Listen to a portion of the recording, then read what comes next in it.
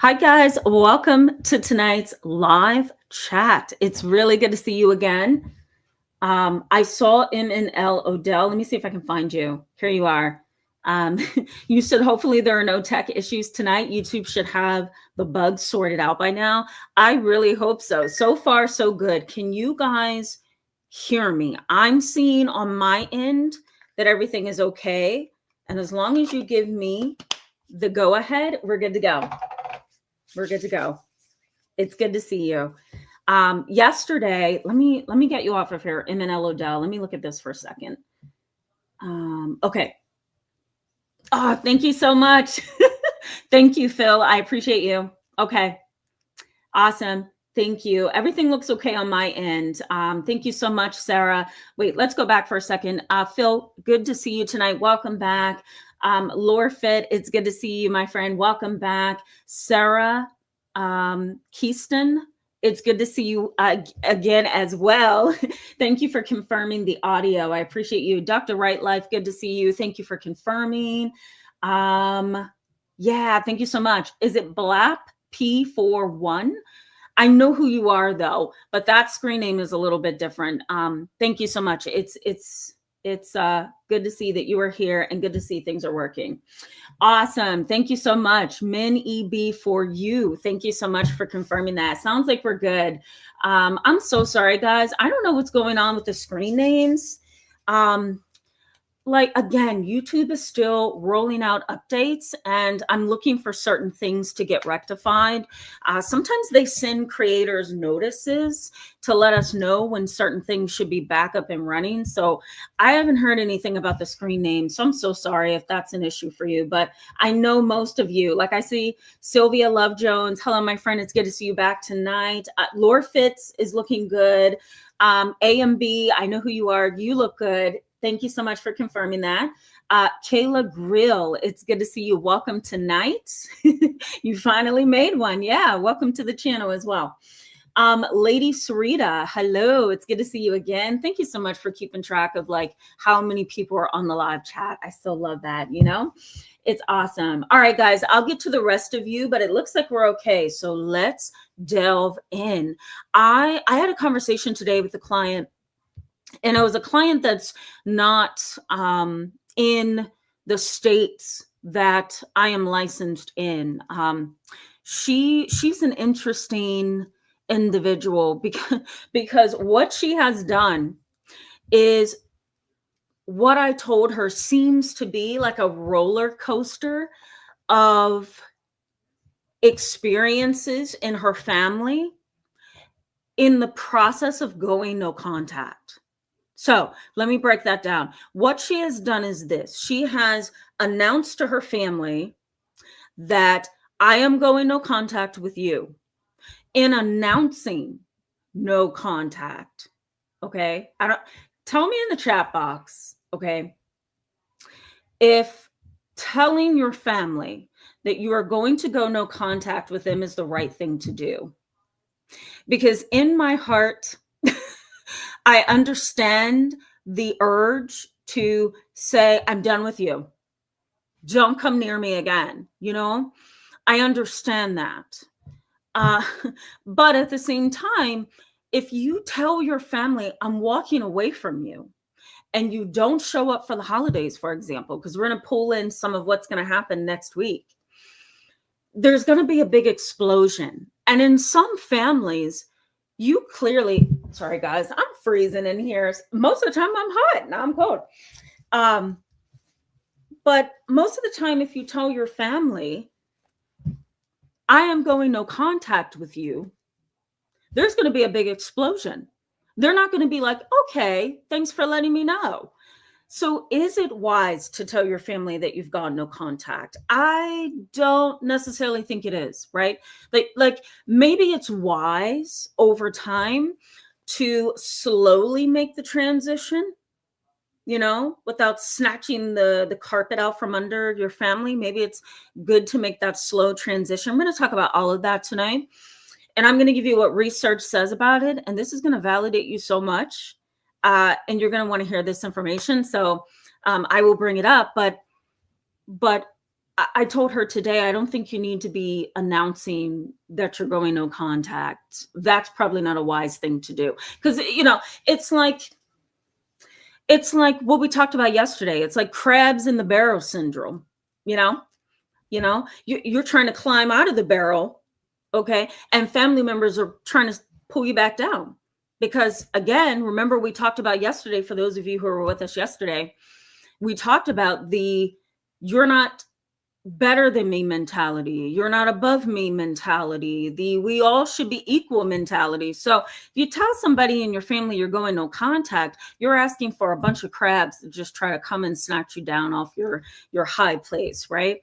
So I'm not sure that's a wise thing to do. Estrangement and family chaos, I'll put it that way, family chaos, it tends to be one and the same. Anytime somebody wants to walk away from their family completely, or, anytime you want to practice minimizing contact with your family, it's a whole chaotic process. There are stages to going no contact. And like the person I talked to today, there's this underlining, at least for her, and maybe for those of you who are watching as well, maybe at some point in your journey, there's kind of like this undercurrent. I'm keeping the door somewhat cracked to allow for some hope that things can shift once I walk away. Or maybe you're still holding on to your niece and nephew or your grandchildren or your parents in the dynamic, but you're going no contact with somebody else in the family. That can be really difficult as well. So, there's lots of stages here, and it can be really difficult to figure out what stage you're in, figure out what stage you should be in, figure out how other people are seeing you. And then to make matters worse, there's the holiday.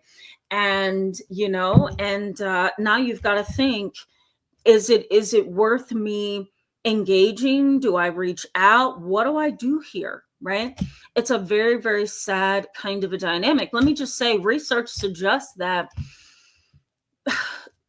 I'll put it this way, family estrangement, I'm not going to call it no contact for this, because I don't think the research specifically talked about going no contact, but family estrangement, according to a research study done in the UK, I believe it was University of Cambridge, it was a major study about family estrangement. The study showed this, that most people in society today are going no contact with their family, going no contact with their siblings, and going no contact with their parents.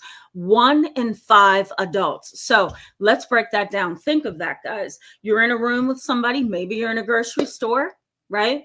Gender's not going to matter here. It's just 1 in 5 people who have gone no contact or have become estranged from their family. You walk into a grocery store, you can count up 5 heads, and somebody in that count space or somebody in that lineup most likely has gone no contact or has become estranged with their family.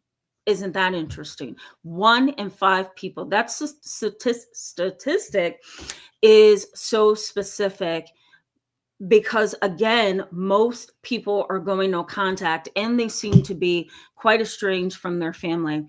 I have in my practice right now at least 5 individuals who have decided to walk away from and go no contact with their family. And holiday time is the hardest for them. All this week from Monday to Friday was tears, regret, anger, resentment, peace of mind, relief, courage, happiness. Those were all the feelings that I dealt with this week with the 5 clients that I have right now who have gone no contact with their family and who have decided to not be involved in the holidays. It's such an emotional array of colors, and that's the depressing part. Now, let's start mentioning some things, guys. You're going to hear some new terms. Let me just say that family estrangement is often not, it's often not something that people arrive at impulsively. It's not something that people arrive at right away. It is actually a last resort option. So I'm going to put this in the description box. that research suggests, oh my God, research suggests that going no contact is a gradual process, never impulsive. Never impulsive. There is a severe misalignment,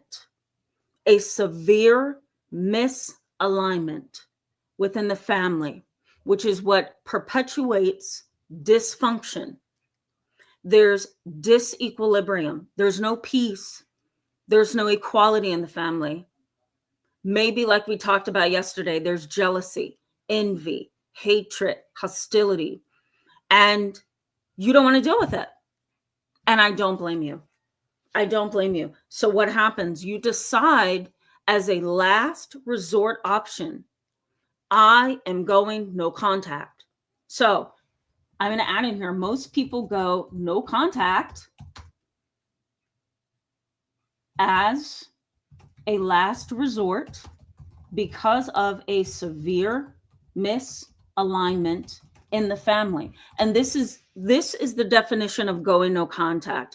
It is a last resort option because there's a severe misalignment in the family that is causing disequilibrium, that is causing an imbalance in power within the family. It's also causing a miserable experience for everyone, maybe more so for you. And so it's easier to just walk away than it is to keep trying at something that never changes. There's often a repeated cycle of harm within the family that is overwhelming, and you may have had several unsuccessful attempts to create healthier dynamics. I'm going to say that again because I know that's a lot to take in. And some of you are probably like, oh my God, yes, that's exactly it. So there's repeated cycles of harm within the family. And you may have attempted many times. There's been several unsuccessful attempts to create healthier dynamics within the family.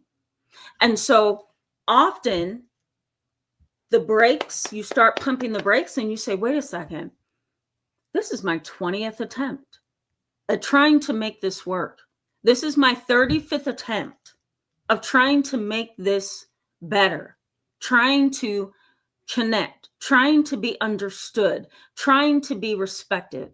I'm done. And that's usually what happens. Now, if we want to break down a definition of going no contact, here's the definition. It's intentionally cutting all forms of communication. I'm going to put this in the chat box in a second, but it's intentionally cutting all forms of communication, I'm going to engage you here for just a second. Can you guys type in the chat box for me? What are all forms of communication? What are all forms of communication? What do you think that actually means? Going no contact, intentionally cutting all forms of communication and interaction, permanently or temporarily, to protect your psychological and emotional well-being. Christine Powell, yes. Good to see you. Welcome to tonight's live chat. Text.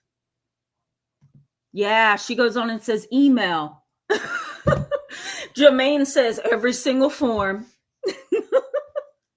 You're awesome. I love it. Wait, this is going too fast for me now. Yeah, good. Awesome. Fruity Pie SMR. Hello, good to see you. Welcome to tonight's live chat. She says, deactivated all my social media accounts for the holidays and created hidden folders and email filters. Now look at you. That's amazing. Awesome. All right. Let me make sure I'm keeping up with you guys. You guys are doing good. It's good to see you. Welcome to tonight's live chat. MS, it's good to see you. Welcome to tonight's live chat. MS says not attending certain family events. There you go. Big Red says text messages, phone calls, social media. Yes. Dennis, oh, good to see you, Big Red. Welcome to tonight's live chat. Dennis says, it's good to see you. Is it Dennis or Denise? It's Dennis. Good to see you. Welcome to tonight's live chat. Says online paper. Oh my God. Did you just say paper? Did you just say paper? That's amazing. That's amazing. Who does written communication anymore, right? There's been a research study done on this, and letters were actually in the research paper as being a form of communication. Some people feel like if I'm writing you a letter, it's not really contact because we're not really communicating at the same time. It's a one-way communication. But you can't fool Dennis. He says paper, voice and physical presence. Yes, needs more cowbell. I hope I didn't mess that up. It's good to see you. Welcome to the channel. Welcome to tonight's live chat. They say social media, text, phone, emails, 100%. Let me go back up because you guys were moving quick. Hold on. Laura Fett, I'm just going to put you up here for a second. She says, when you feel like it's enough, it's enough. I'm done. Absolutely. Absolutely. All right, let me make sure I keep up with you guys. You guys are moving quick tonight. Dr. Right Life, it's good to see you. Welcome to tonight's live chat. Dr. Right Life says, be sure to establish a new community of contact. As friends, you have things in common, right? As friends who you have things in common with. I'm going to reword that. I agree with that. Okay. Thank you so much, Christine. That's so sweet of you. Yeah, the good glow says no texting, talking, acknowledging. Yes, no acknowledging. Now, let me break this down a little bit because a lot of people feel like this. If I just stop responding to your text, if I just stop responding to your emails, if I don't talk to you on the phone, that's good enough. No, it's not. Because if you have, for example, and this is what the research shows as well, that if you have an unstable person, if you have an unstable, excuse me, family member, if you have an unstable parent who's a narcissist or who is cold and callous as a psychopath, not emailing, not texting, and blocking social media accounts is not enough. Because as the research shows is this, they will turn it into a game. They will demean your attempts to get away from them. Isn't that interesting? You don't want to call me on the phone? Fine. You don't want to email me? Fine. You don't want to accept my text messages? Fine. You don't want to take my social media requests? Fine. Then I'll just show up at your front door, right? And so the good glow, it's good to see you, by the way. Welcome to tonight's live chat. If I didn't say it already, the good glow says acknowledging. Acknowledging. What is acknowledging? Talking about you, communicating about you to other family members, right? Sometimes siblings will say, hey, have you talked to, Uncle BB? And your brother may say, no. Have you talked to him? No. And then there we go gossiping, right? And so that's a form of acknowledgement. You don't want that because here's the thing. When you go no contact, the goal is to separate. And if you're gossiping and talking about them to another family member who can then take that information back to Uncle BB, then you're not really following the no contact journey, right? Because the whole goal is this. The whole goal of going no contact is your psychological and emotional well-being. And you're kind of letting that person who you're trying to create a barrier with or a wall with, you're allowing that person to hear through the grapevine that you're talking about them, right? And so that's going to come back around to you. It can. Some of the research also suggests that that gives them an inkling that you're still talking about them. You're still acknowledging them. So maybe they will go ahead and try to contact you one last time, right? It's so tricky. So the good glow, you're right. Acknowledging is the way to go. Acting as if you've got no contact and you're still talking about them that's not the way to go. So I very much agree with that. Very much agree with that. Big Red says, and people who might be their flying monkeys. There you go. My point exactly. Right? Because Uncle BB, you're trying to stay away from Uncle BB, right? But on Susu, for those of you who like those two, she's getting gossip from you. And she's just going to take it back to Uncle BB, right? And maybe Uncle BB sent her to you to kind of trap you up in something. So it gets a little bit ugly, right? Let me also add in here, Alexandra, I think that's you, or Alex Cecile. Welcome back tonight. It's so good to see you. She says phones, numbers. Yeah, good point. emails, social media, and being next to close to them. Yes. And talking. Very much agree. Yes. Good. Regina Myers, it's good to see you back tonight. Welcome. Regina Myers says, I go no contact to protect my peace of mind. Their fake love is a pattern. It's a pattern. Okay. It doesn't mean much, and it's typically unauthentic, right? So if you've had several attempts to make things work, and you've tried over and over and over to make things work, you didn't slam the door. You're hoping for this reciprocal back and forth for the relationship to continue to be right, and the other person hasn't respected that, then you're in it all by yourself. Right. And so it is a pattern of fake love. I agree with that. Kim Matthew, it's good to see you. Welcome back tonight. Kim Matthew says, no text, no cards. Yes. No incoming calls, no Gmail, coffee, date, free meals, no accepting gifts or letters. Kim Matthew, you did the whole gamut. That's good. That's wonderful. Tell me how you feel about this, guys. Gifts, right? Because we're coming up on Christmas coming up really soon, right? And some people exchange gifts for Hanukkah, and there's birthdays around holiday time. I have a few birthday parties in my family around this time. My brother's one. He was the spoiled one because he had Christmas to get gifts, and then he had New Year's Day to celebrate his birthday. And then on New Year's, he would get gifts right along with Christmas gifts. So he's the spoiled one in the family. But that's a good point, Kim Matthew. Anytime there's gifts, do you accept them? Do you send them back? Right? Do you give it to somebody else? Do you re-gift it? Just how are you supposed to be? Now, if you're taking a humble, meek, loving position, which is going to be hard here if you've decided to go no contact, but if you're going to take a meek, humble position, you could accept the gift, right? Because a family member may mail it to you. A family member may drive it over to where you live and leave it for you. A family member may leave your gift with another family member to give to you, right? If that's going to happen, that is entirely up to you to figure out what you want to do with that. Sometimes accepting gifts says the door is slightly cracked open, right? Sometimes sending gifts could mean I have a heart of compassion and love, and I follow the things upon the earth that is godly, and God tells me that I have to forgive you. So I'm going to accept your gift, and I may send you one back in return. Just depends on how I feel, right? So you may kind of straddle the fence like that, but it's a really, really difficult kind of thing to do. Notice that in the definition of going no contact is intentionally cutting all forms of contact. And you can do it permanently, where the door is completely slammed, locked, taped, glued, stapled. Right?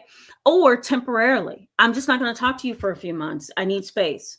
However you decide to cut contact, it's an intentional move on your end. And it is there to save your psychological and emotional well-being. And in some cases, maybe the relationship. Research in psychology around going no contact and family estrangement says this, that it is a self-protective boundary. And I'm going to put that in the chat box for you guys. I'm going to say going no contact is known as a self-protective boundary. That's what it's called in psychology, a self-protective boundary, going no contact. It is there to protect your space, your children, your spouse, your mind, anything that has anything to do with you. It is there to protect you. No contact and family estrangement, it's a process. It's a whole process. Remember, I mentioned it yesterday, guys. I asked you, do you guys want me to talk about the process of going no contact? We'll talk about it next Tuesday. I'm going to have a video for you where I'm breaking down each stage of going no contact. But let me mention 3 things here. Stages of going no contact is this: you cut off all communication. So let me add these stages. So stages of going no contact. What's stage number 1? Cutting all communication. That's number 1. Number 2 is removing yourself from interactions Completely. Not a little bit, completely. So removing yourself from interactions of all kinds. Okay. And number 3 is setting internal boundaries. So let me explain what that means. Setting internal boundaries. What does internal boundaries mean? How I'm going to emotionally respond to the holiday. How I'm going to emotionally respond to somebody in my family sending me a gift or a Christmas card. How I'm going to internally think of my behavior by putting up a wall, shutting the door, slamming the door, not being bothered, right? How I'm going to manage my own emotions and my thoughts on that day of the holiday. Those are all internal boundaries. How I'm going to respond if I get a text message on my phone and somebody wants to text me, Happy holidays, Merry Christmas, Happy Thanksgiving, right? What's my internal boundary? Am I going to respond? Am I going to take some time before I respond? Am I going to allow this holiday to be a moment that I forgive them and I kindly respond, and that's it, right? So those are internal boundaries, figuring out where you belong. So the stages of going no contact is, number 1, cutting all communication. Number 2, removing yourself from all interactions, including those people that support that person that you've gone no contact with, because they're just going to take everything you say about them and talk about to that person. And so there's almost like this middleman, right? And it is no longer a no contact situation. You're still in contact because of the middleman. So 2 is removing yourself from all communication.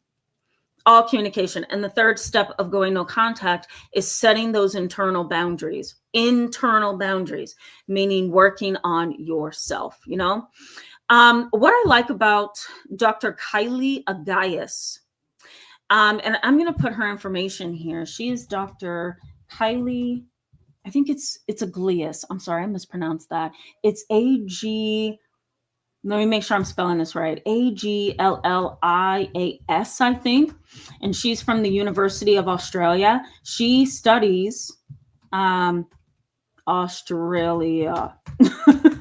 She studies family estrangement. Okay. And here's what she says. Family estrangement includes guilt, social stigma, internal conflict. Why did I do this? Did I have to do it? Should I go back? Did I do the right thing? Is nobody going to accept me? Can I ever go back? Am I ever going to be forgiven? What does this now mean for me? What does this now mean for them? Are my nieces and nephews going to hate me? That's all internal. That's all internal conflict. You're dealing with it in your mind, dealing with it in your heart.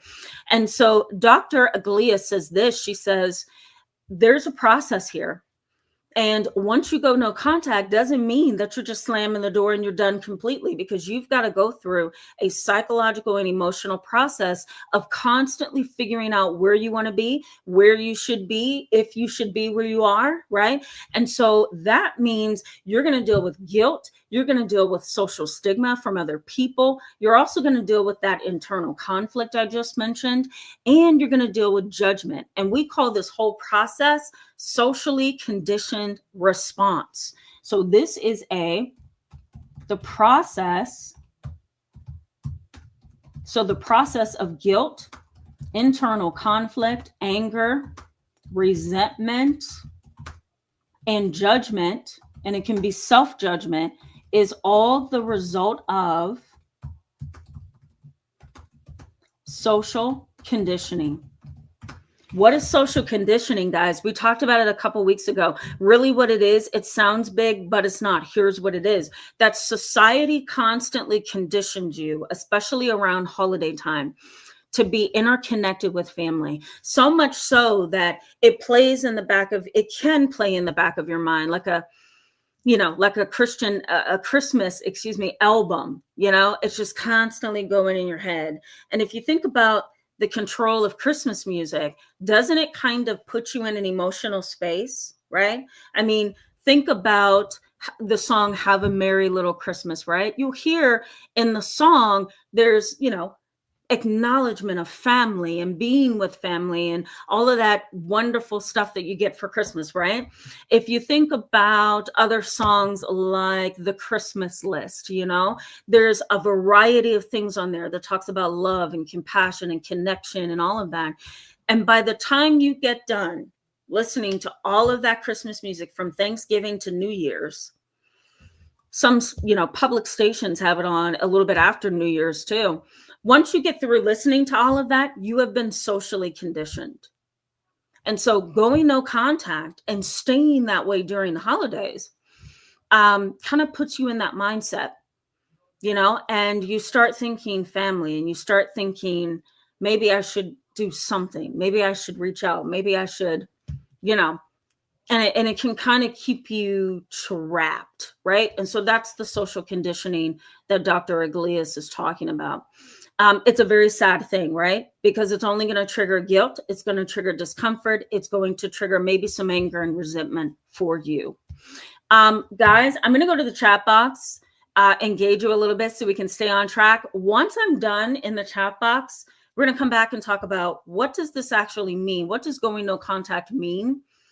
And how does it play out? What is it that I am vulnerable to when it comes to going no contact? And what's happening during the holiday time? What's going through my mind? Is this a hard time for me? Is this not? That kind of thing. So we'll explore that as we move along. Before I go to the chat box, though, let me mention one last thing. Earlier, I said 1 in 5 adults deal with estrangement, and they also go no contact from their family. Let me also mention this, the reasons, and I meant to mention this earlier.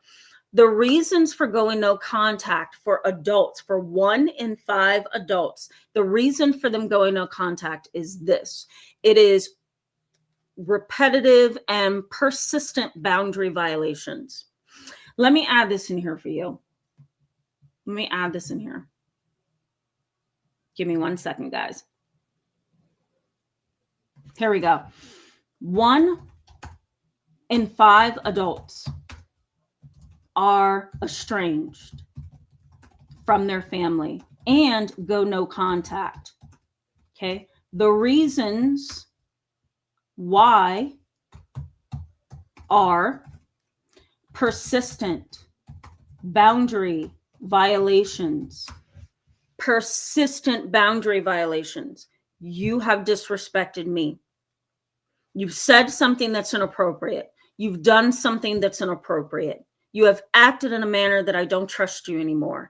You have acted in a manner that has separated me from you because now I'm defensive. Now I'm angry. Now I'm hurt. Now I'm dealing with bad memories, right? Why have I gone no contact? Why has 1 in 5 adults gone no contact? Persistent boundary violations. Okay. The other one, here's another reason. Personality disorders. What happens in family where there's a person with a personality disorder? What happens there? Here's what happens there. Personality disorder, hard to change, hard to send to therapy, difficult to figure out, may involve tons of manipulation, tons of lying, split personalities, inappropriate behavior. And it may also include behaviors that are threatening, and it creates a sense of a loss of safety. Personality disorders. That is another reason why 1 in 5 adults estrange themselves from their family or they go no contact. You have persistently challenged my boundaries. And now I'm starting to see a pattern of a personality disorder. You're not going to change. You're not going to change because the personality disorder keeps them at a certain place relationally. And sometimes, depending on what kind of personality disorder it is, it could be narcissism, it could be antisocial personality disorder, it could be avoidant personality. It is not easy to shift a personality disorder. So their mind is going to be influenced by their personality disorder. How they see reality is going to be influenced by their personality disorder. How they communicate with you is going to be influenced by their personality disorder. And sometimes sometimes even how they apologize and try to make things better is going to be a part of the personality disorder, and it can still be threatening, right? Sometimes you can't even get someone with a personality disorder to make things better, because every area they step in and trying to be in relationship with you is a trap, because they don't know how to think. They don't know how to feel necessarily. If you're dealing with a sociopath, for example, or a narcissist, they're self-consumed and they don't have empathy. And so personality disorders, again, depending on which one, can make it really difficult to stay in contact with somebody, right? So here we go again. 1 in 5 adults, go no contact because of persistent boundary violations, personality disorders, right? Also, too, severe clashes in values and boundaries. Let me turn that around. So I'm going to say value and ethical clashings. What does that mean? Your values are not at the same place as that other person, that family member. Our boundaries, our values, our ethics, our morals are completely opposite. And some people, 1 in 5 adults, go no contact because there's a clashing of values, there's a clashing of boundaries, there's a clashing of ethics and morals, right? Think about religion. If you don't believe like your Catholic grandmother, or you don't believe, like your uncle who's a Jehovah's Witness, then you're not going to be able to connect, not always, in other ways, you're going to clash. And so that's a value clashing. That's a ethics and moral clashing that happens there. Strict criticism. Okay, strict criticism. Another reason why 1 in 5 adults go no contact. That constant criticism. Rejection is another one. I don't like what you're doing. I don't appreciate that. I don't like you. I don't want you a part of my family dynamic, right? Whatever it may be, rejection is one of the issues as well. And lastly, for 1 in 5 adults who go no contact, scapegoating. Okay? Scapegoating. There you have it. That's a long list, right, guys? And this is what research has shown. This is what, research has kind of highlighted in the literature for professionals and people who are going no contact. And again, this was a major study in the UK, the University of Cambridge. I'll make sure that I post the article in the description box for you so that you can go back and see that research. But it was a major study, and the study really unveiled that 1 in 5 adults, somehow they recognize it's time to wake up. Okay, I don't like this happening, and so I'm going to walk away. Whether you're family or not, I'm going to walk away. So there you have it, guys. There's all the reasons I'm sure you can relate to as to why 1 in 5 adults have gone no contact. All right, guys, let me go to the chat box here and just engage you guys a little bit. Keith B, it's good to see you, my friend. Welcome back tonight. Keith says gifts can be a trap, a future obligation, depending on who it comes from. I very much agree. I'm going to highlight that in the chat box because you're very right. As a therapist, have I gotten gifts from my clients? Yes. Hold on, guys. Excuse me. Have I gotten gifts from my clients? Do I have to sit and wait and process? Should I take this gift? Do I have to consult with my national ethics code? And Keith B, do I have to sit and process what accepting this gift, what is it going to do if I accept this? Is it going to obligate me to them? Are they going to ask me for more therapy sessions? Are they going to try to box me in a corner, right? Is this a client who has an ulterior motive? So you're right. You have to process. Now, for professionals, we have a different duty. We have a duty to you as the patient, clients that we may have, students we may be teaching, coworkers that we may be training. We have a different duty to each other as professionals. And so giving gifts to clients or receiving them from patients and clients, we really have to, number one, I am so grateful for all the things that my clients bring my way. But is that something that I have to document in their file? 100%. And I do. I put it in their file depending on the value of the gift. If it's a small value, like a card and a bracelet, I usually get those things from the kids that come and see me. I call them my kiddos. They bring me something they made in school, or a kid the other day just brought me a flower that they made, an origami flower. It was so cute. It stood up and I'm like, what? This is beautiful. And she was so happy to give it to me, and I accepted it because it's going to make the relationship between she and I a whole lot better. And we can make continual process that way, but it has to be documented in the medical records. It has to be documented that I accepted this gift from A, B, and C. And here's my reasoning for accepting this, So if we professionals have to do it, to be very honest, and I'm with you, Keith, I think we should also do it in our personal lives, right? If I've got no contact with, Kiki over there, who's my long distant cousin who always creates problems for my life, if she sends me a gift and I keep it, what door am I opening by doing that? Am I making life more difficult for myself? And am I sending her the wrong impression of this dynamic, right? So you're right, Keith. I totally agree with that. That was a wise statement. James Mitchell, hello and welcome back tonight. Your comments yesterday were very interesting. I saw them in the chat box, and I'm sorry I missed some of your comments, but just know that I see you and I hear you. I was going through your comments in the chat box last night. So, okay, guys, let's keep moving. Marina Life Animal, it's good to see you back tonight. Welcome back. Marina says, my birthday is today. Happy birthday. Hopefully you are turning 17. One of my clients said that to me over the summer. She's like, hopefully you're turning 15. And I said, yep, that's about right. Marina says, I've never heard anything about when I was born or about my mom's pregnancy or the first years of my life. I'm sure if it was a toxic family dynamic, if it was a family of trauma, then it makes sense as to why you probably didn't get feedback about that, Yeah. A lot of my clients haven't either. Okay, let me keep moving, guys.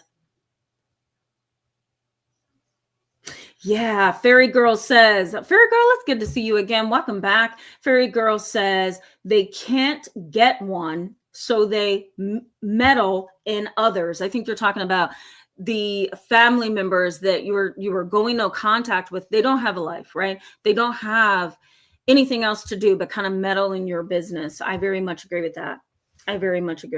That's why sometimes it's really good to remove the middleman, and don't even talk with the people that are closest to the people you are estranged from, because it just kind of creates this triangle, this dynamic that kind of encircles you, and it can get you stuck. It can definitely get you stuck. Interesting. I'm going to put Dr. Right Life up here so that you guys can see what Dr. Right Life is saying there. I agree with that. Yeah, you might want to be careful there, right? Give it a think. It's good to see you, my friend. Welcome back tonight. Give it a think says, watch out for gifts from narcissists. They contain an intention of obligation from the giver for the recipient. Some of them want you to feel you owe them. Yeah, that can be true. But let me also say, I agree. It's a little bit of a blanketed statement. So let me break that down a little bit. It's not an obligation from all narcissists, but here's what can happen. If you accept a gift from a narcissist, yes, it can be an obligation. Yes, they may be trying to kind of entrap you or get you stuck in a dynamic where you don't even know that you're a part of their dynamic because they've pulled you in so sneakily, right? It's not just that. You can also trigger a narcissistic injury if you have gone no contact or you are estranged from the narcissistic parent, for example, and you decide, you know what, I'm going to be kind this Christmas, this Thanksgiving, I'm going to invite them, I'm going to give them a gift, right? What you have already done by going no contact is caused a narcissistic injury, because they think that they are, number one, entitled. They think they're wonderful. They think their way is the best way.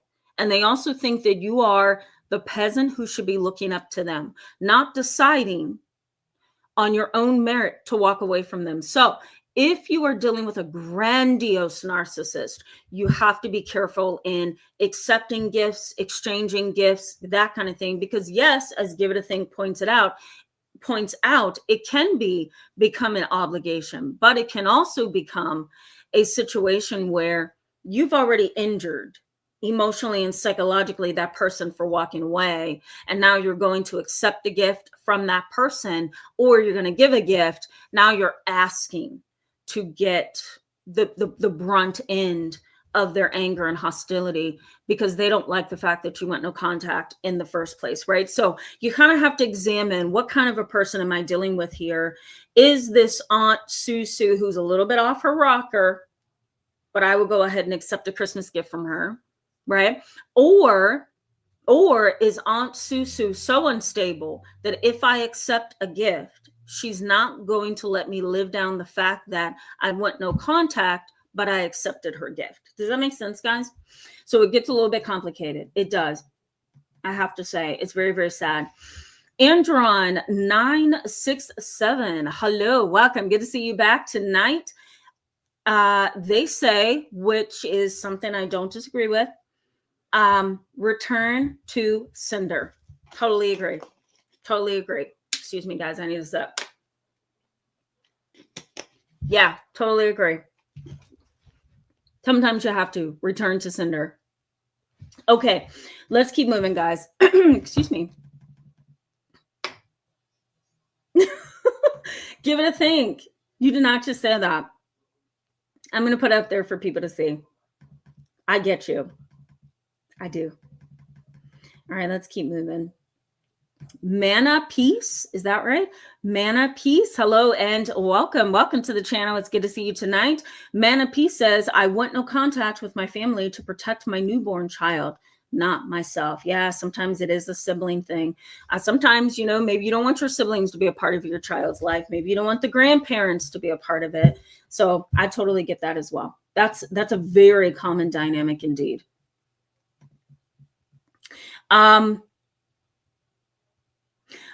Guard. I'm going to leave it at that until you correct me. It's good to see you back tonight. Welcome. Guard says, those who hate America or their position, I'm sorry, but you need to go. I understand. I understand what you're saying. It's a little botchy, but I can read some meaning into that. Gotcha. There was a little bit of a, can I say that there's a little bit of a political disagreement there, or some political friction? Oh God, Ellie Wynn. I'm going to put your comment up here so people can see you talking about Aunt Susu. Okay. Goddess Queen 1-1. Hello and welcome back tonight. It's good to see you. Smiley D says, ignored it. I understand. I understand. Sometimes you have to ignore it, right? Yeah. Yeah. Okay. Shasta Fame, thank you for reposting. Good to see you. Welcome back tonight. Shasta Fame asked this question. Hopefully I'm saying your name correctly. She asked this question yesterday, and I didn't get a chance to answer it. So let me see if I can weave it into this conversation, because I think it's a good question. So she says, how do you successfully maintain, and reconnect with that free identity that you may have after you've pulled back into the old, after you are pulled back into the old dynamic? So here's an example of that. You've gone no contact, right? Holiday time. One of the people that you've gone no contact with sends you a text. You sit there, you look at this text, and you look at it and you look at it. And in that moment, you're weighing the pros and the cons. Should I respond? Should I not respond? Should I send a message back? No, but this may happen if I send a message back. Then you put your phone down, right? Then you pick it up again. Maybe I could just say thank you. Then you put your phone back down again, right? I know what you're probably experiencing, right? You've got this back and forth. I don't know how to be, right? And you may type something and decide not to send it. You may type something and take a few sentences off. You may make it short and sweet. You may lengthen it. And some people go through this around holiday time. It's like, which way do I go, right? So if your family pulls you back into that old dynamic, how do you still continue to be your free-spirited self with boundaries, who's healthy, and who knows how to protect themselves in the dynamic? This is a whole another live chat, but I'm going to say this. You can, number one, weigh the pros and the cons of being reconnected with them, right? What are the cons? What are the pros? If they tend to be equal, right, then I need to really consider, what do I need? Even though the pros and the cons, the pros may look beautiful, but what do I actually need here? Do I need to allow them to continue to pull me into the family dynamic, or do I need to set some firm boundaries by not communicating with them, right? How can I maintain who I am when I've been pulled back into the dynamic? And a lot of times it's just learning to set healthy boundaries. Remember, set those healthy internal boundaries. You know, your thoughts, your feelings, your behaviors have to be aligned correctly, and learning about the dynamic. So continuing to learn about your family dynamic is going to be a protective mechanism for you, right? And for you, Shasta Fame, you're going to want to learn as much as you can about your family dynamics so that you can identify ways to protect yourself so you can maintain that freedom. Okay. We're going to talk about that in a future video. I'll try to add it to my video on Tuesday for you. Okay. I hope that was helpful. Girl Dad Cooking Up Deliciousness. Hello and welcome. It's good to see you in tonight's live chat. Thank you so much for that. All right, let's keep moving so we can get back into the content. Nancy R, it's good to see you, my friend. Welcome back. Nancy says, I've gone no contact. It's been hard to get throughout. Yeah, it's been hard to get through or throughout. I'm going to say through, Nancy. It's sad to give up everyone, but I had to save myself. I had to. I understand. Here's what happens, Nancy. You probably know this better than me. You go no contact with one powerful person in the dynamic. Okay. There's something known as a hierarchical position within the family. So I'm going to put this in here. It's a hierarchical position in the family. What's a hierarchical position in the family? It's a position that controls the whole dynamic. Grandparents, parents, uncles, aunts, right? The family role. The family role of hero and rescuer. That's me. I tend to be the rescuer in my family. I tend to be the hero. Why? I am very resourceful, independent, and I care a lot about my family, you know? And so they've kind of boxed me, my immediate family. They've boxed me into a corner where I always feel like I have to rescue. I always feel like I have to be the hero, you know? And I do it out of love, not because they put me into a role. I do it out of love, you know? Love my mom. She's in recovery from a medical health issue, right? Those of you who have been with me for a while, you know, my mom had a mini stroke in February of this year. To look at her, to talk to her, to look at her walk, you wouldn't think so. So she's in recovery. She's doing really well. But am I the child that always swoops in to make sure that everything is okay? Yes. My older brother, same thing. Younger brother, not so much. You know, you got to push him a little bit. So sometimes the position that you play in the family dynamic can determine that hierarchical level. You know, I'm the girl, I'm the middle child, you know, so a lot is, you know, expected of me, and it's fine. Doesn't bother me, but that's a role I've seen that I've had to play in my family. You know, grandparents, What are they to their grandchildren? Rescuers, heroes, right? Aunts and uncles, they can be heroes.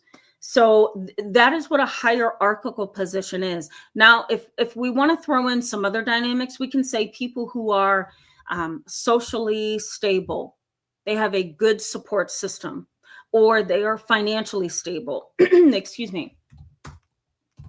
So financially stable family, right? Socially engaged family, etc. Those that puts you in a hierarchical position. So Nancy, if you have somebody in that hierarchical position within your family, it can be really hard to walk away, right? Because they're going to look at you and kind of, maybe question, why would you walk away? They may have some judgments for you, some criticism. But as you point out, I had to. And so you have to. It is what it is. If you have that family member who's in that hierarchical position and you go no contact with somebody who is close to that person in that hierarchical position, then you do lose them all.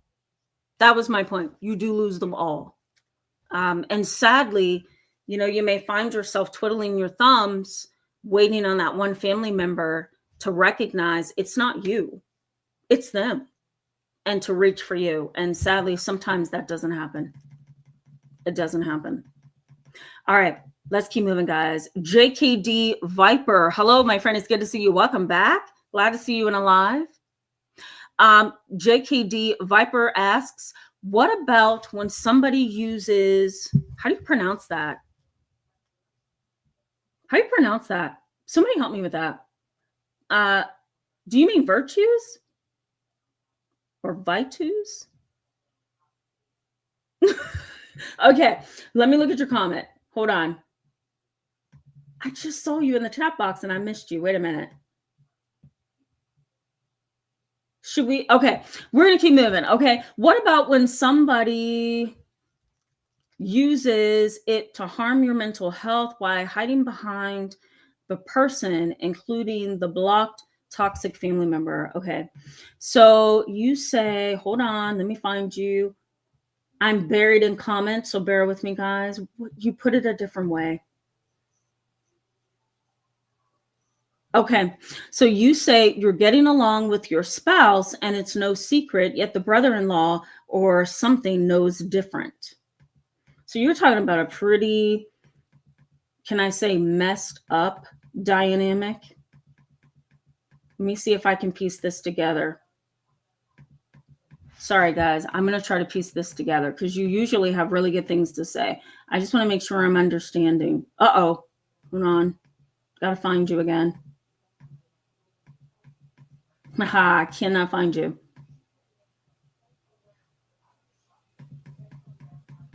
God, I may have to wait until I find you again.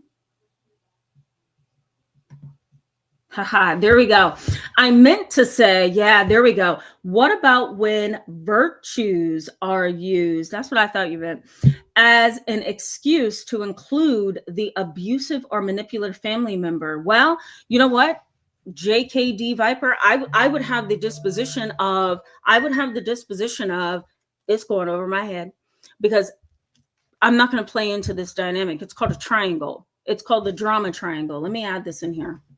It's called the drama triangle. What happens in the drama triangle? You've got a hero or a rescuer, you've got a persecutor, and you've got a victim, right? So victim, persecutor, and rescuer.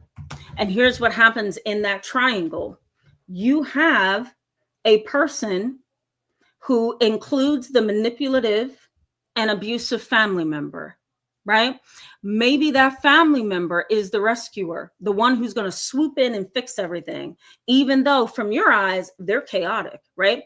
But to that other person, they're going to reach for that family member and pull them in, right? And it's going to cause issues between you and everybody else that's in that triangle and that's in that dynamic. So honestly, the only thing that I can say without taking up more time, I can say, if I for example, if this is something that's happened to you, I would step out of that triangle. I am no longer a part of this dynamic because I'm seeing that you are guilt tripping, you are manipulating, you are trying to pull other people and things into this whole thing that's making this triangle a lot bigger than it needs to be. That's why it's called a drama triangle, right? It gets bigger and bigger and bigger. I'm out of this. The best approach is to step out of it as much as you can. You know, I'm going to leave it at that. JKD Viper. Maybe everybody in the chat box can kind of weigh in on that. Virginia A Tax. I'm going to say that. ATX. Hello. It's good to see you. Welcome back to tonight's live chat. All right. Cynthia Flowers. Let me add in here. There we go. I gotcha. All right. Cynthia Sunflowers. Hello. It's good to see you. Welcome to the channel. Cynthia Sunflower says, my brother not speaking to me for some reason. I sent him a card anyway. Yeah, I understand. Now, if you send a Christmas card, if you send a happy Thanksgiving card, you're not sure why he's not talking to you, that is okay. You know, at least you're being kind, you're being open, you're being, you know, meek, mild, and you're taking a humble position by saying, I'm going to wish you happy holidays, right? And that's okay. I don't see anything wrong with that. Not at all. One more comment, guys. One more comment.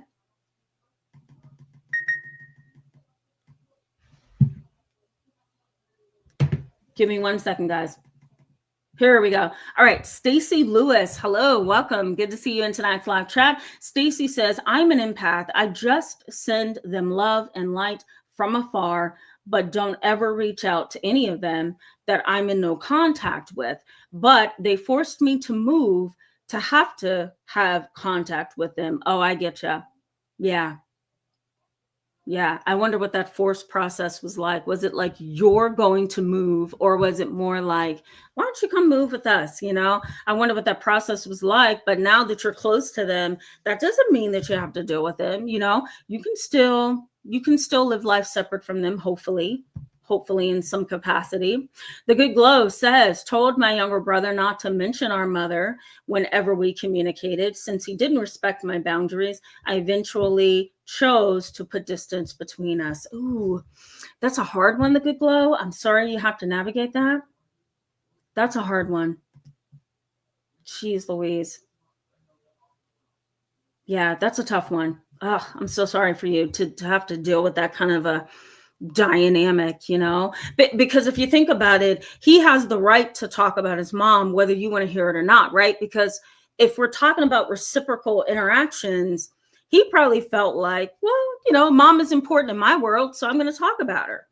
At the same time, if you don't want to hear about her, he's got to respect that. So it's a really difficult piece for the both of you, if you really think about it, you know.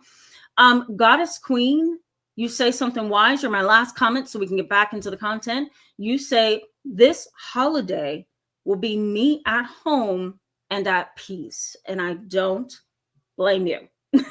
I don't blame you. Excuse me, guys. Okay. So what's happening here?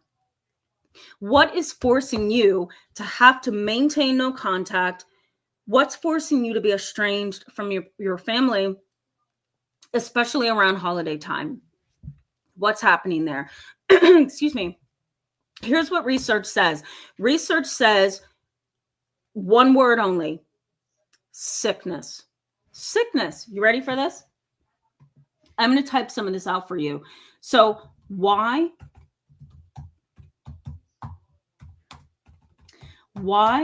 holiday no contact happens?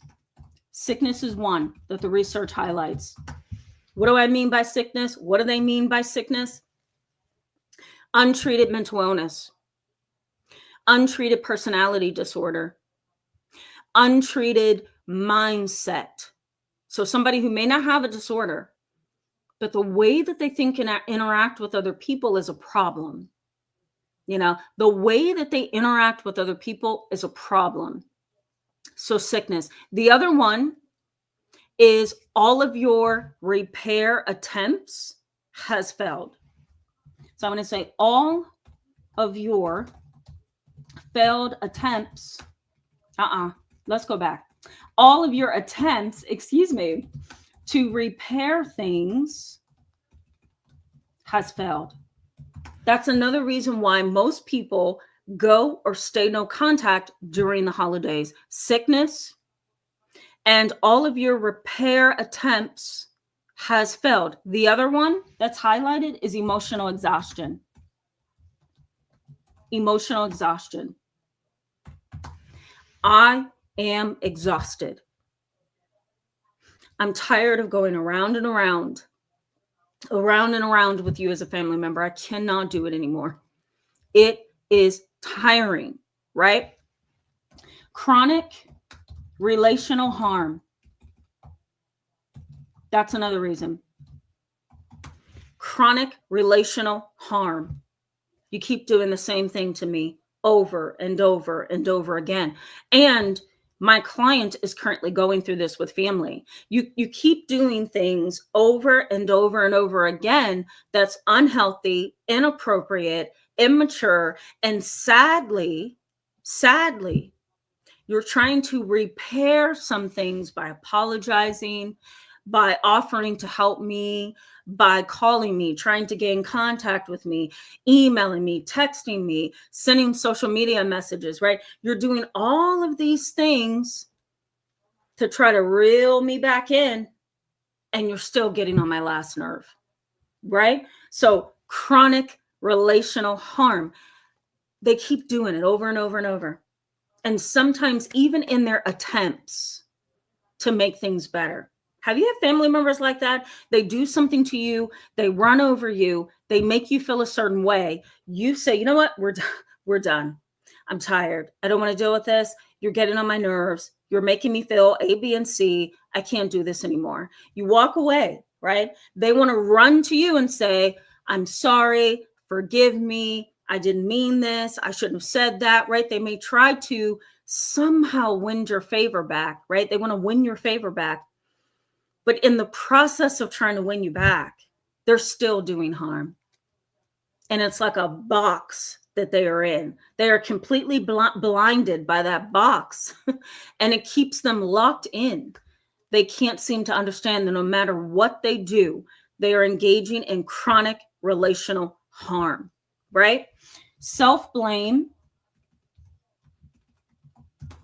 and guilt. You may be in a family dynamic that makes you feel guilty and causes you to blame yourself for some things. Most people who go no contact, according to research, and especially in the research from the University of Cambridge in the UK, a part of this major study was the you or the person who has gone no contact, you're going to deal with some negative feelings that's going to turn into self-blame. It's going to turn into almost trapping yourself emotionally in this box of, could I have made it work? Why did I have to walk away? Have I hurt them? Should I go back? All of that. It's guilt, and it's self-blame, and it can kind of keep you stuck. The other piece is this, and this is what the research also says: family system dysfunction. Family system dysfunction that never ends, okay? Grandma's dysfunctional. Great-grandma's dysfunctional. Great-great-great-grandpapa's dysfunctional, right? Then we come back down and we go to the aunts, uncles, and cousins. They're dysfunctional. Mom and dad is dysfunctional. And we can also add in your siblings. They're dysfunctional as well. So what other choice will you have? And research highlights this as well. Most people who go no contact feel they don't have many options but to go no contact. That's really the only thing. So one of the reasons is constant dysfunctional systemic behaviors within the family. It's like a system. The whole family runs on a system. Think about a car engine. You push the button if you have one of those kind of cars, or you start the engine. Okay. When the engine starts, you've got transmission that's running, engine oil that's running, window washer fluids in there. You've got some other pipes and vents and things going on under the hood there, right? A family is no different. There's a lot going on underneath the hood, and sometimes that is continual. that systemic dysfunction. It just continues and continues and continues as if you've never turned the car off. And that is exhausting, right? That would make me go no contact for sure. Boundary violations. That's another issue why people go no contact. Boundary violations. This is what's wrong. You violated my boundaries there. I set a firm boundary. You passed it again. I set another boundary. You passed it again. You know, and it's, again, repeated harm. Remember, I said at the very beginning, guys, unsuccessful attempts to create healthier dynamics. There's unsuccessful attempts to create healthier dynamics. You know, it just is what it is. Let me also add in here too, manipulative narratives, right? You're in your family. Uncle BB sees it one way. Aunt Susu sees it another way. Cousin Kiki over there sees it another way too. And grandma's in the middle, you know, kind of connecting the dots in a way that's unhealthy. And so all communication is manipulative. The narrative has been manipulated. And so you can get lost in that. Everybody has a different view of the dysfunction, right? That's a very sad reality. Also, and lastly, in some of the research, lies, deception, okay, and emotional manipulation. That's another reason why people go no contact. That's another reason why people decide at a certain point in time, I've got to cut you off, right? Lies, deception, cheating, dishonesty, all of it. All of it. It's emotional, right? It's a roller coaster. I just told one of my clients this the other day, and she's got no contact with her family and divorced her husband, and she's moving on with her children. I explained to her, you know, this is a sad process, but if this is the final option that you have and it makes the most sense, then stand your ground. And if that means not going to any of the family holiday events this year, don't go. Don't go. Do not allow yourself to take the low road, because society has been socially conditioned to believe that family is everything. I just told my mom this last night. I says, Mom, I say this all the time and I feel like a broken record, but I told her, I said, I often tell my clients who are hurting at this time of year that family isn't everything. If they have hurt you and continue to hurt you, family is everything if it is loving, mutual, connecting, right? Special, compassionate, right? There are some family members who are just fantastic people to have in your life. They'll do anything for you. And that is beautiful. But if you don't have that, does that mean that you jump off a bridge and say, my life is over, right? Or does that mean that you say, you know what? There's no purpose to my life anymore because I don't have my family? No. So family is everything if it's mutual, caring, loving, empathic, compassionate. But otherwise, no, family is not everything. And you have a life to live outside of them, right? All right, guys, let me go to what does the research say and what do I say about developing a new mindset? It's hard to develop a new mindset, right? Because if we've been socially conditioned, think about it. We're socially conditioned to respond to Christmas music. We're socially conditioned to respond to commercials on TV that show turkey and dressing and stuffing. And you know what I mean? That's just who we are as human beings. And there's a kind of psychological, quote unquote, law that says that we are humans who learn all the time. We are conditioned to respond. I had a t-shirt in college. I was a part of Psi Chi. Psi Chi is like a on-campus organization that promotes everything psychology. So I had a t-shirt, and my t-shirt said, I won this t-shirt. I don't know. I did a raffle or something, a ticket game or something, and I won. And my t-shirt said, I wonder if I still have it. It says, hug me. I'm conditioned to respond. And I would literally get hugs from people on campus, but it said, hug me. I'm conditioned to respond. And really what the t-shirt was getting at is a major principle in human behavior, in family dynamics, in relationships within the family, that here's what it was getting at. We learn, we are conditioned right? We learn and we are conditioned. And if we keep learning and keep being conditioned and keep being conditioned, it's going to take a lot of effort to undo that. We call it extinction, or extinction, I should say, excuse me. And that's when you kind of unlearn that social conditioning. The connection between two things is broken, you know? I was trying to see if I could. No, I don't have an example of that. I haven't had any cases that I can actually give you an example of, but just, know that if you have socially learned in your family, that family is everything no matter what. And it's okay if they abuse you and violate you and run all over your boundaries, then you want to engage in a process of extinction. And that's undoing the social conditioning. And going no contact is undoing that socially conditioned response. Okay, so how do we set the new mindset? Number one, reject. This is my suggestion. This is what the research says. You've got to learn how to reject the romanticized view of family and holidays. You have to reject that. You've got to somehow undo the damage from social conditioning and implement a brand new way of thinking.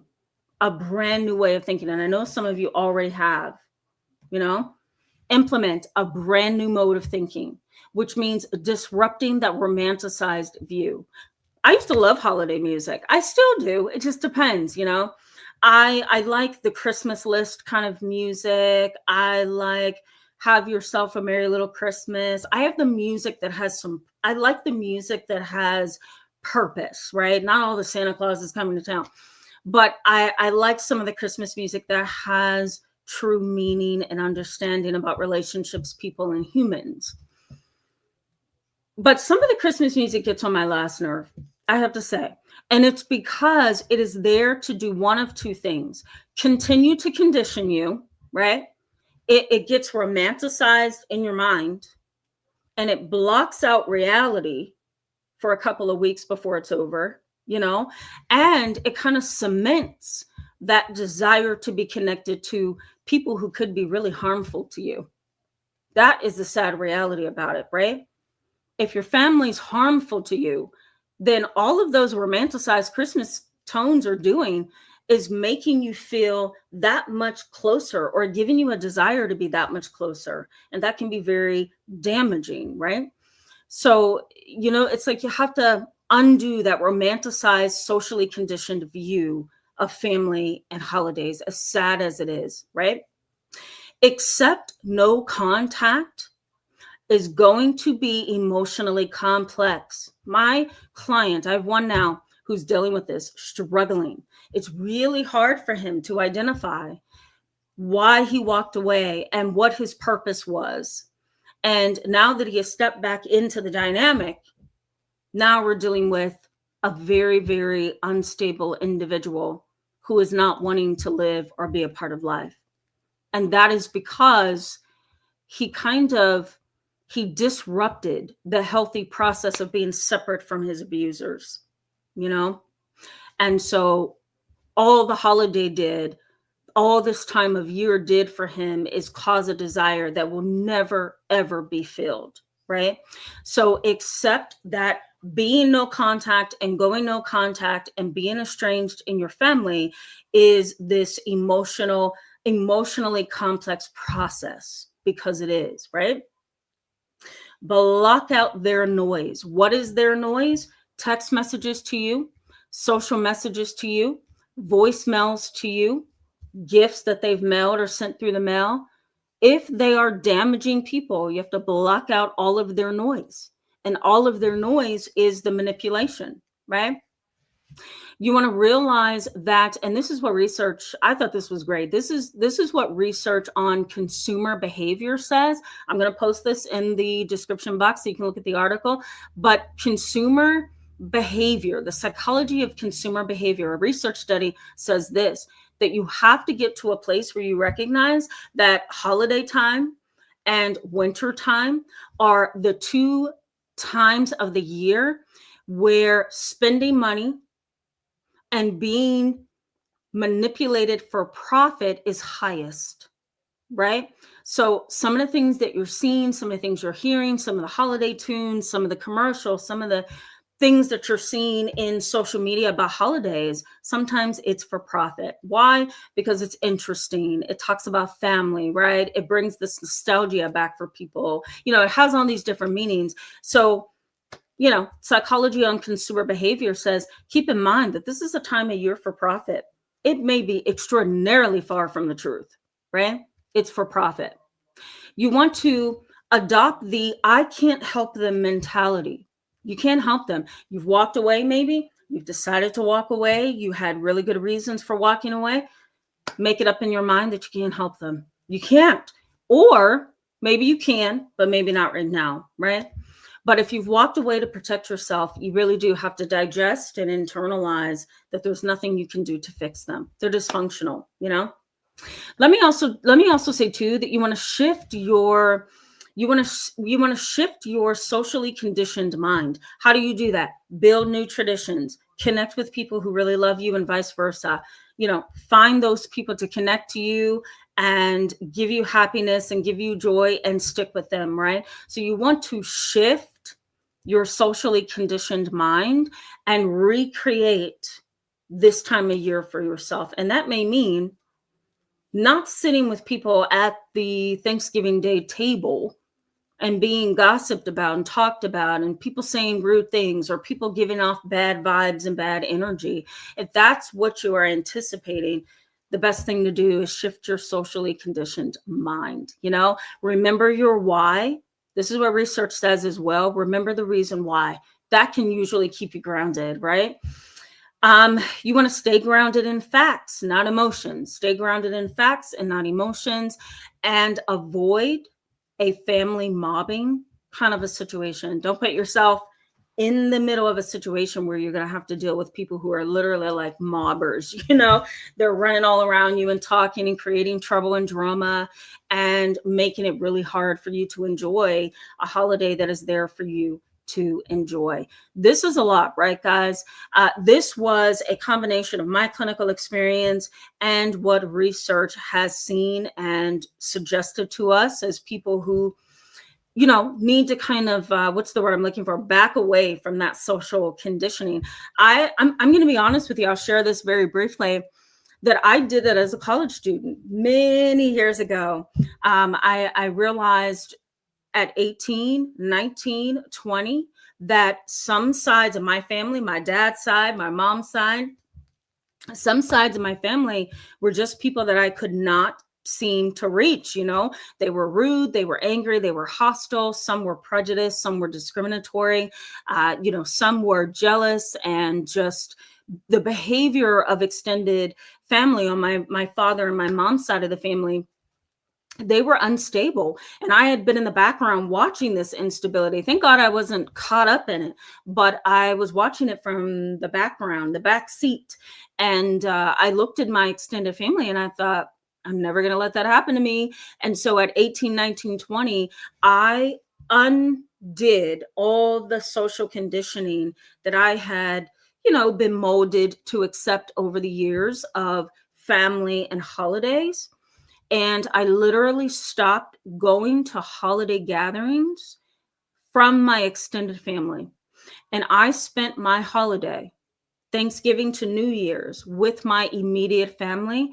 And the focus was on love, family, God, gratitude, building true purpose, and acknowledging faith, right? All of that became the center focus of my holidays, and it remains that way. And that was the best thing I could have ever done. Walk away from those extended family members who are not okay, right? Thank God they never got their claws into me, where they yanked me into that chaos, But watching it from the back seat, I thought, I'm never going to let this happen to me. And I didn't. So whoever found that helpful, I hope that it has given you kind of some peace of mind that, wait a minute, if a therapist can say, here's my boundary, then I certainly can say that here's my boundary, because I'm learning no contact is sometimes the best and the wisest thing to do. All right, guys, I'm going to go to the chat box, engage you a little bit, and then we're going to go ahead and wrap up. Goddessness, or is it goddess? No, it's Goddess Queen 111 says, I will be at home on my couch and at peace for the holidays. I read this before. I very much agree with that. Very much agree with that. Brandy Nuance, hello, welcome. It's good to see you back tonight. Okay. Christine Powell says exactly what I just said. Christine says, it's not about gifts. It's supposed to be about celebrating the birth of Jesus. Yes, I agree with that. And even though some people are like, well, Jesus wasn't born until A, B, and C. Look, here's what it says for me. It says that this is a time of year to recognize who he was, what he did, and his purpose, whether it was in April or February or December. I am using this time to talk about and to acknowledge who he was, right? And who he is. I should say who he is. So I totally get you, Christine Powell. I agree. Okay, let's keep moving, guys. Sarah Keyston says, when I was growing up, I was forced to spend time with, I think you meant those I didn't like until I moved out. My mom still makes me feel guilty about not seeing family. Yeah, I understand. Keep in mind that if she makes you feel guilty about not seeing family, that is because she has been socially conditioned. That's the word I want you guys to remember all holiday season, okay? Being socially conditioned. Social conditioning says that I'm going to be forever conditioned to believe this way. And that social conditioning is locked in. It is locked in. And it is so locked in emotionally, psychologically, socially, that it's hard to undo the process. And so your mom may not be able to undo that process of social conditioning. So what does she do? She encourages you to do what she thinks is the best thing to do based on her social conditioning, right? So in a sense, mom is a victim to social conditioning, very much like everybody in the world is. I should say most people in the world, right? Because some people get it. Some people do get it. All right, let's keep moving, guys. Okay. Live life. It's good to see you. Welcome back, my friend. Always good to see you. Stacy Lewis, I think I said hello to you. Stacy Lewis says physical abuse is inappropriate at all times. Agree. That's a form of abuse that should not be tolerated, right? Sunshine Savage 444, hello and welcome to tonight's live chat. Welcome to the channel as well. It's good to have you tonight. Yes, I like that. Love that. Oh, James Mitchell, I'm so sorry. You were saying those comments yesterday. I just hope and pray that you can be okay, and hopefully conversations and chats like this can kind of give you the validation that you need. I think a lot of people can kind of feel that way. You said, well, you and your family, please adopt me. Oh my God, that is the cutest thing. You are adopted into the family here on the channel, just in case you missed that. Everybody had something really sweet to say to you yesterday. And I saw that when I went back to look at the chat box. So, you're definitely welcome to the community channel here. I call it a community and a family because I feel like it's a family, right, guys? So hang in there, James Mitchell. I know it's hard for you and it's hard for most people. So don't feel alone. Okay. Andron 967 says, I'm more connected to nature. A coyote. Ooh, yeah. I like coyotes. I'm also a wolf girl. I like wolves as well. I'm trying to think of the other animals. I can't think of it right now. It's escaping me. But I totally get you. You say people's interactions are becoming less important. Totally get it. Doesn't something happen to you when you get out into nature and you really start pausing the busyness of everyday life and you look at the pure and simple life of birds, right? Or you look at the pure and simple life of sea creatures, That's another area that kind of interests me. Over the summer, what I would do, I feed my birds. They are the most spoiled birds. My mom's like, "Why do you feed them so much?" And I'm like, "Because I love them." And I literally do spend $1 to get them bird seeds, and it is the cutest thing. I'll get the chickadees, I'll get the little sparrows, I'll get some of the fancier looking little tiny birds, and I just watch them. It's a peaceful thing for me to do with a bagel and some coffee in the morning. And when I started slowing my life down to look at that for like 15, 10 minutes in my morning, it's kind of like a morning routine, you recognize, this actually means more than sitting in traffic, blowing on people because you can't get through, because you're rushing to work, to feel like a slave and to feel overworked and unappreciated. It's like the slower you take your life, the more meaning it gets. That's really my point. So I'm with you on that one. Just know that I'm with you on that one. All right, let's keep moving. Kim Matthews says, Tamara, can you please do a video on sibling estrangement caused by the parents? Sibling alienation is very heartbreaking. It is very heartbreaking. I will check the research and see what the research looks like. So I definitely will put that on my list. Let me take a picture of it briefly. Let me just say that I only talk about topics where I am the absolute expert on the topic. I've had clinical experience with it, but I also like to, here we go. I'll take a picture of your comment so I can put it on the list. But I also like to talk about subjects that actually has some research basis, right? Because if I'm just going off of my own opinions, that's not as important as what the field says about it. So I will look it up, I'll research, and I'll see if I can incorporate it for sure. Captain Commenter, hello. I love when you say sup with a question mark. My brother says that, sup. Good to see you, Captain Commenter. Hope you're having a better day or a good day. Yesterday, you were good. All right, let's keep moving, guys, because we're going to wrap up here in just a little bit. Spiritoso, I'm going to say that. Welcome to tonight's live chat. It's good to see you back. I think your original name is what? Tylene? Yeah. Yeah. Let's keep moving. I don't know what YouTube is doing, but hopefully they will figure it out.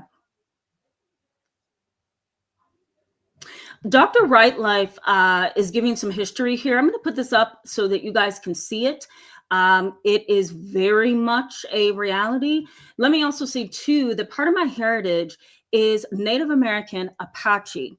And there's a reason why you guys see feather earrings, you guys see certain things on me that represents the Native American Apache culture. And that is because I am half Native American Apache. And I found that out in college when I started doing research in the census. I started doing research on ancestry, on my ancestry history. I started finding pictures and information in my great-great-grandmother's records that she had on the family. And when she passed away, my grandmother actually kept it. And when my grandmother passed away, my great-grandmother, when she passed away, my grandmother took it. My grandmother had it. And when my grandmother passed away in 2020, I found it. And it was a whole, not treasure chest, but it was more like a chest, kind of a cabinet. And in there were birth certificates and data and ancestry results and all kind of stuff in there that showed that my bloodline in my family is Native American Apache. So I hold strongly to that. It makes sense as to my morals, my ethics, my values, my spiritual side, all of that. And so what I found in there, however, was what Dr. Right Life is talking about right now, which is my Native American Apache side of my family did not celebrate Thanksgiving. It is a time of bloodshed, pain, disregarding of the rights, the needs, the morals of the Native American culture. And so it's been really hard being in a family that's not just Native American, right? I have African American roots, I have German roots from my dad's side. And from my grandmother's side, she's got African heritage. So imagine trying to blend all those cultures, right? So For the Native American culture, Thanksgiving is really not a good time. It is a time of mourning, so to speak, for certain tribes. For the African American and the Americanized, family unit, Thanksgiving is the greatest thing, right? But I appreciate you, Dr. Right Life, for putting this out here that it is a cultural thing, it's a social thing, it's a family thing, and it is also mixed up, right? Yeah. So I'm glad you brought that up. Thank you for doing that. All right, let's keep moving. MS says, the problem I see in my family is if I'm the only one who knows what a boundary is and I enforce boundaries, but they don't because they don't understand what a boundary is. So they get angry with me. Absolutely. Absolutely. And it depends on how you set the boundary. Here's two different kinds of boundaries. I want to put this in the chat box for you guys. Boundary number one is called, Boundary number one is called a boundary crossing. Okay. Boundary number two is a boundary violation. Two sets of boundaries that's important. Boundary crossing. I know that I shouldn't cross this space with you, but I'm going to see if I introduce this to you, I might be able to kind of come to your side and then go back, right? I'm going to kind of try to get an inch into that world and see if I can kind of cross your boundary a little bit, and then I'll go back to where I need to be, right? For me personally, boundary violations, trying to befriend me, and you know that you're not supposed to, right? In any capacity, trying to befriend me and you're married, trying to befriend me and you want to date me, and I think that we are just friends, right? Boundary violation. It's a lot deeper than a boundary crossing. Okay. Boundary crossing is a situation where you can say, you know what, let's not go that road. And the person goes back to where they need to be. And then you can say, all right, now let's continue being friends, or let's continue doing A, B, and C. Now that we're both on the same page, that's a boundary crossing. A personalized boundary crossing for you guys involving going no contact could be this. Maybe your uncle, you don't want to have anything to do with him for the holidays, but your mom says, because that's her brother, your mom says, you're going to Thanksgiving dinner with us. And you say, I'm not. And she says, yes, you are, because we're not going to do this to your uncle. And you say, no, we're not, because I'm going nowhere with you, Mom. I don't want to see my uncle. What does Mom do? She crosses your boundary by talking to your uncle and asks your uncle to call you or text you, to pull you into Thanksgiving dinner, right? Boundary crossing. You know what my boundary is, and you've decided to cross it, and that's a no-no. Boundary violation. You have completely disregarded me. You have completely disregarded my wishes, my wants, my desires, my boundaries. Boundary violation. You've manipulated me into something.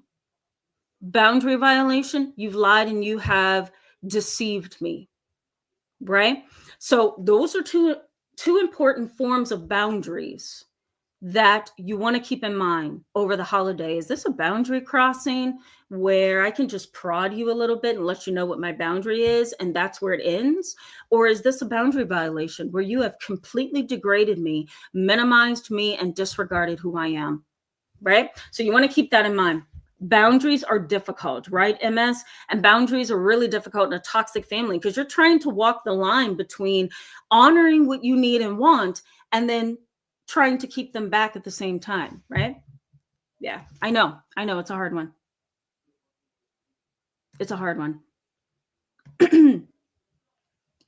Okay, we're going to sign off here in literally 2 seconds. Fairy Girl, I wanted to put you up here so people can see what you're saying. I feel like I don't get a chance to put you up on the screen enough, so I definitely want to put you up there. All right, let me keep scrolling. The Good Glow says, the first feeling I experienced when I went no contact was heartbreak. Yeah. I feel that. I remember sitting on my bed, holding my chest and crying like a baby and hoping that the pain I was feeling was a dream. Oh, that's horrible. My goodness. Some people do respond that way though, because it's like a breakup, right? It's like a divorce from people that you have known for so long. It is not easy to just slam the door and say adios amigos. It is a painful reality that you have to live with, right? And if you've decided to go permanently no contact, you're not going to see them again, right? It is sad. Mana Peace says, I developed an intolerance to people that punch down to feel superior. Yeah, me too. I'm going to highlight that in the chat box. I agree. I agree. Totally. I'm the same exact way. Texan 903. Hello and welcome to tonight's live chat. Texan 903 says, I have a cousin with a chemical imbalance. She was told by a pro to take meds every day for life. She refuses. Other relatives are in denial about the issue. She is mean, manipulative, unstable, etc. That's a very hard dynamic because now, if you haven't already, you have to decide, do I want this person in my space, right? Or do I want this person out of my space because they're unstable and it's going to impact my mental health? It's difficult, right? Yeah. All animals matter. I don't remember seeing you. So welcome to the channel. It's good to have you tonight. All Animals says hypocrites and boundaries. Yeah. There's a lot of those in the family. Grow Evolve 78. Hello and welcome to the channel. I'm glad to see you. Grow Evolve 78 says, this is why I'm estranged from my sister. She has a list of all the wrongs done to her, but when she's held accountable, she flips out and blame shifts. Oh yeah. It sounds like a shapeshifter. For those of you who know what that is, all of a sudden it's your fault. She's harmed you. Yeah. Yeah. I've seen people like that too. They do the harm, get upset when you point out the harm, and then they run with the narrative that they're the victim. I've seen that so many times. It's not funny.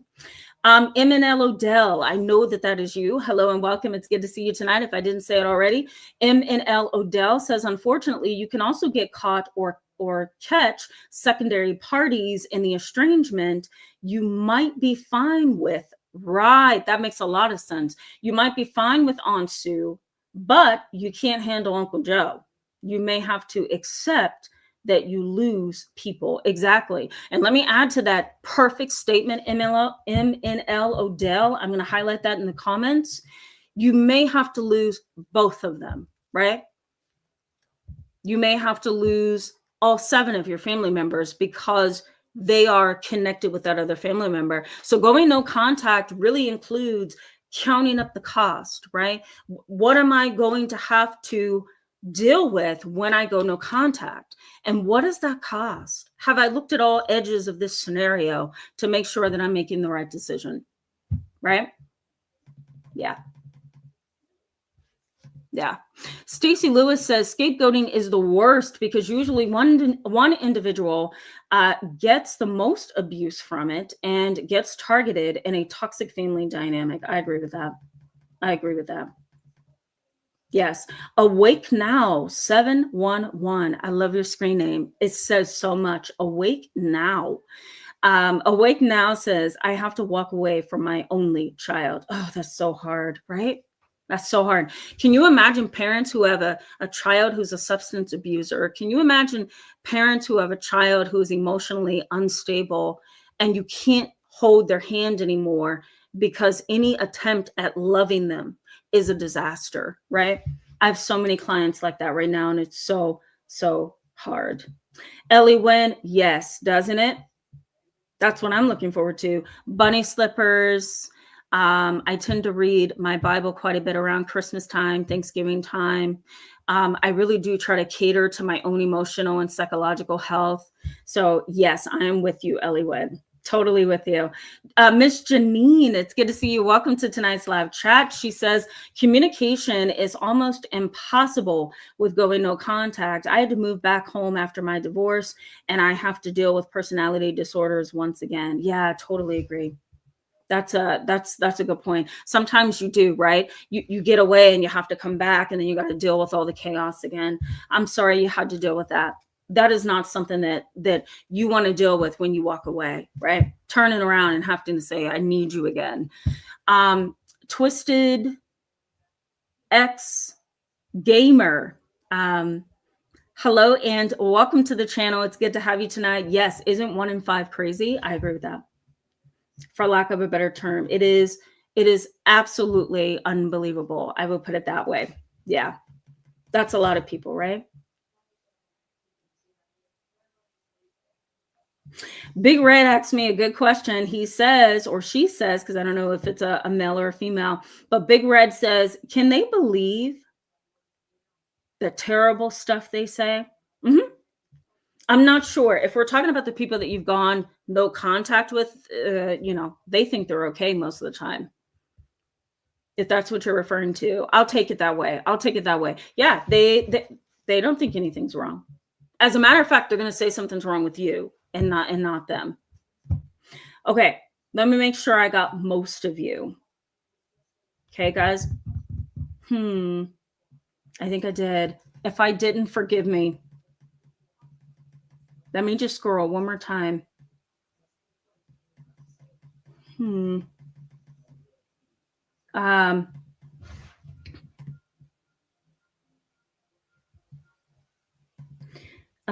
Okay, I'm going to skip over that comment.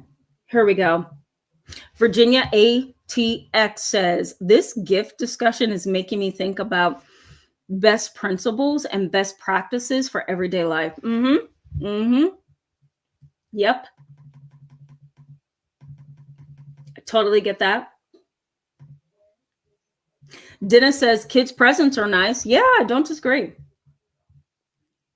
Do not disagree with that. Yeah, totally agree. Sarah says the same thing. I agree. Totally agree.